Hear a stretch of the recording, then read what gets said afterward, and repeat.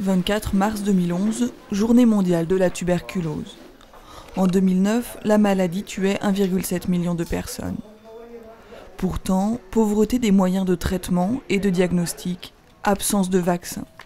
Les outils qui permettront de mettre fin à l'épidémie restent à trouver. Le Cambodge est l'un des pays durement touchés par cette maladie. On parle d'une maladie qui influence la vie de dizaines de milliers de Cambodgiens. Ces personnes ne peuvent pas aller à l'école. Ils ne peuvent pas étudier ni travailler. Quand on sait que le Cambodge est un pays très pauvre, plus de 30% de la population vit sous le seuil de pauvreté, on comprend que l'impact de la tuberculose est forcément très important.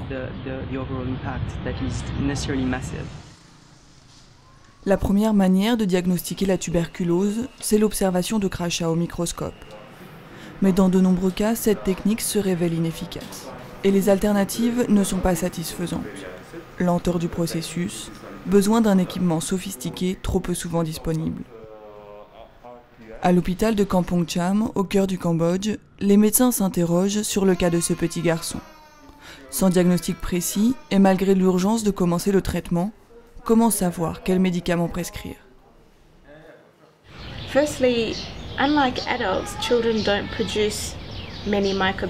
D'abord, contrairement aux adultes, les enfants ne produisent pas beaucoup de microbactéries. Cela signifie que lorsqu'ils toussent, c'est très rare de trouver des microbactéries dans leur crachat. On rencontre aussi plus de cas de tuberculose extrapulmonaire chez les enfants, c'est-à-dire quand la maladie se déclare hors des poumons. Et cette forme de tuberculose est souvent difficile à diagnostiquer, parce qu'elle repose en grande partie sur les antécédents médicaux et sur un bon examen clinique. Il n'y a pas de vrai test pour cela.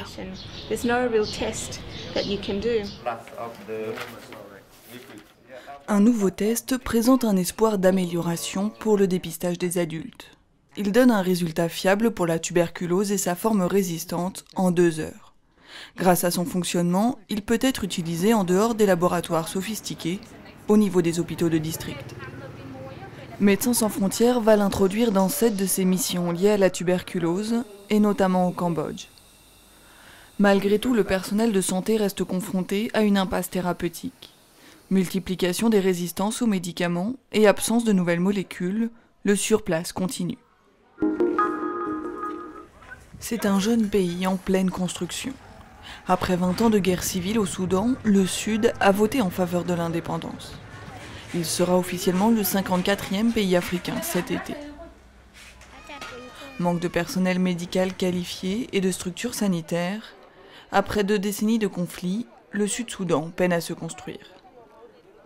Il y a systématiquement, après la saison des pluies, il y a des inondations, des déplacements de population, il y a chaque année la malaria, il y a la période de soudure où la malnutrition explose et c'est le mois prochain, ça va être en avril.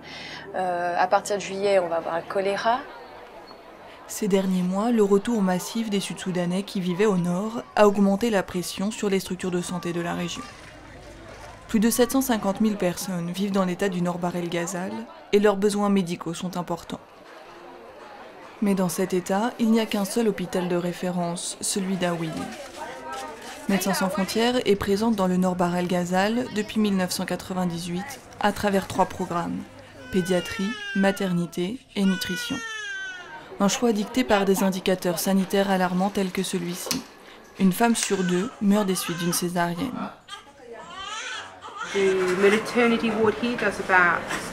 Il y a environ 70 naissances par semaine dans le service de maternité.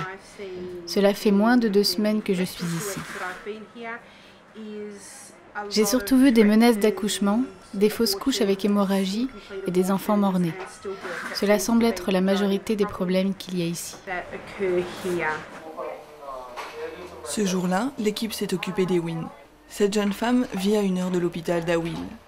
Elle est arrivée après plusieurs jours de travail et a pu bénéficier d'une césarienne.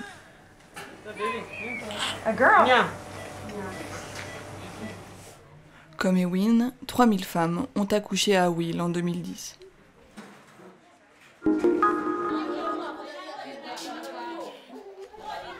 Deux millions de femmes dans le monde souffrent d'une maladie qui a disparu depuis longtemps en Occident. Ce drame touche particulièrement l'Afrique.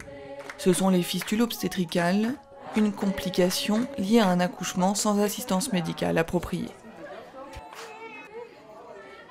Elles ne peuvent pas atteindre l'hôpital.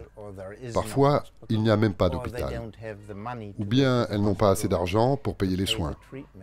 Donc, elles restent chez elles.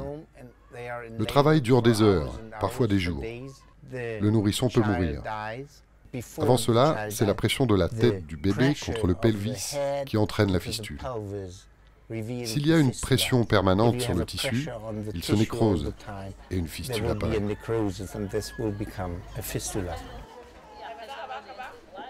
Une fistule obstétricale, c'est une perforation au niveau du vagin. Ses conséquences sont doubles. D'une part, l'incontinence, de l'autre, l'exclusion sociale. Ces femmes sont rejetées par leur mari et souvent par l'ensemble de leur communauté.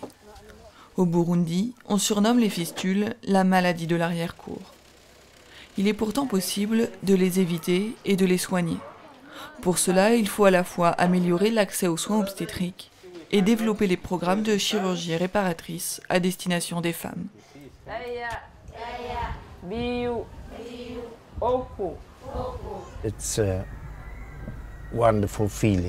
C'est un sentiment merveilleux de soigner les fistules et de leur offrir une nouvelle vie. On les voit arriver et quand elles repartent, on a l'impression de voir une personne différente. Au Burundi, mais aussi au Tchad et au Nigeria, Médecins sans frontières travaille dans 3 centres permanents de traitement des fistules. Pour intervenir dans les zones instables comme en République démocratique du Congo, une structure médicale installée près d'un hôpital pendant 1 ou 2 mois permet de traiter un grand nombre de femmes en peu de temps. Ces différents modes d'intervention ont permis aux équipes de l'ONG de soigner environ 1000 femmes atteintes de fistules en 2010. Fin décembre, au Mali, de longues files d'attente se forment devant les centres de vaccination. Car tous ceux âgés de 1 à 29 ans doivent recevoir le Menafrivac, ce nouveau vaccin qui les protégera de la méningite pendant 10 ans. Si nous arrivons à atteindre les 95% de notre cible, les épidémies pourront être un lointain souvenir. Donc nous pourrons mettre fin à ces épidémies de méningite à méningocoque A. Le Mali fait partie de la ceinture méningite, 25 pays d'Afrique subsaharienne régulièrement touchés par la maladie. Jusqu'à présent, le vaccin disponible n'immunisait que pour une durée de 3 à 5 ans. Incapables de prévoir où et quand surviennent les épidémies, les équipes se voyaient obligées de débuter la vaccination après l'apparition des premiers cas. Le Menafrivac confère lui une immunité de 10 ans.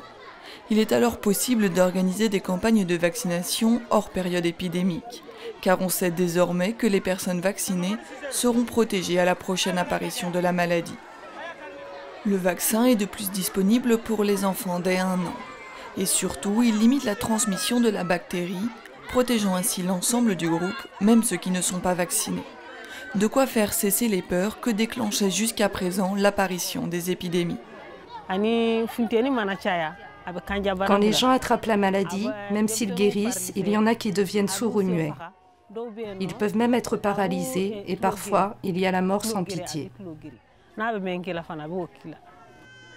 Médecins sans frontières est intervenu au Mali et au Niger pour participer aux campagnes de vaccination. Une campagne qui a aussi eu lieu au Burkina Faso. Mais sur les 25 pays de la ceinture méningite, 22 donc attendent toujours le vaccin.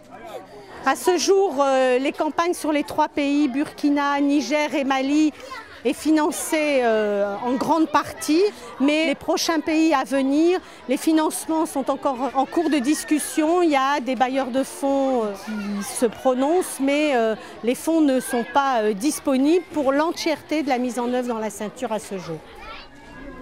D'après l'OMS, il manque encore 570 millions de dollars pour que tous les pays soient vaccinés. Une somme qu'elle espère obtenir d'ici 8 ans. Un engagement fort de la part des bailleurs de fonds permettrait de voir s'éloigner la menace de nouvelles épidémies. Ne marchandez pas nos vies, ne touchez pas à nos médicaments.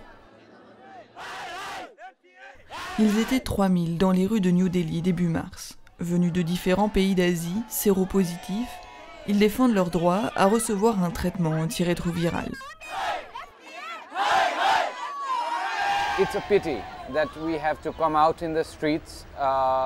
C'est une honte de devoir faire un si long voyage et descendre dans la rue au XXIe siècle.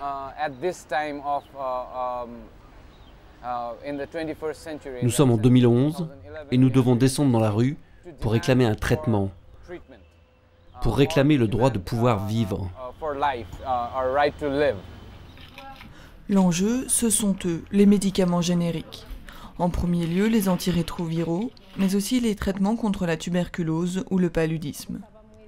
L'Inde est le premier producteur de ces médicaments à bas coût qui sont utilisés massivement dans les pays en développement. Des négociations en cours avec l'Union européenne pourraient restreindre la possibilité de fabriquer ces molécules.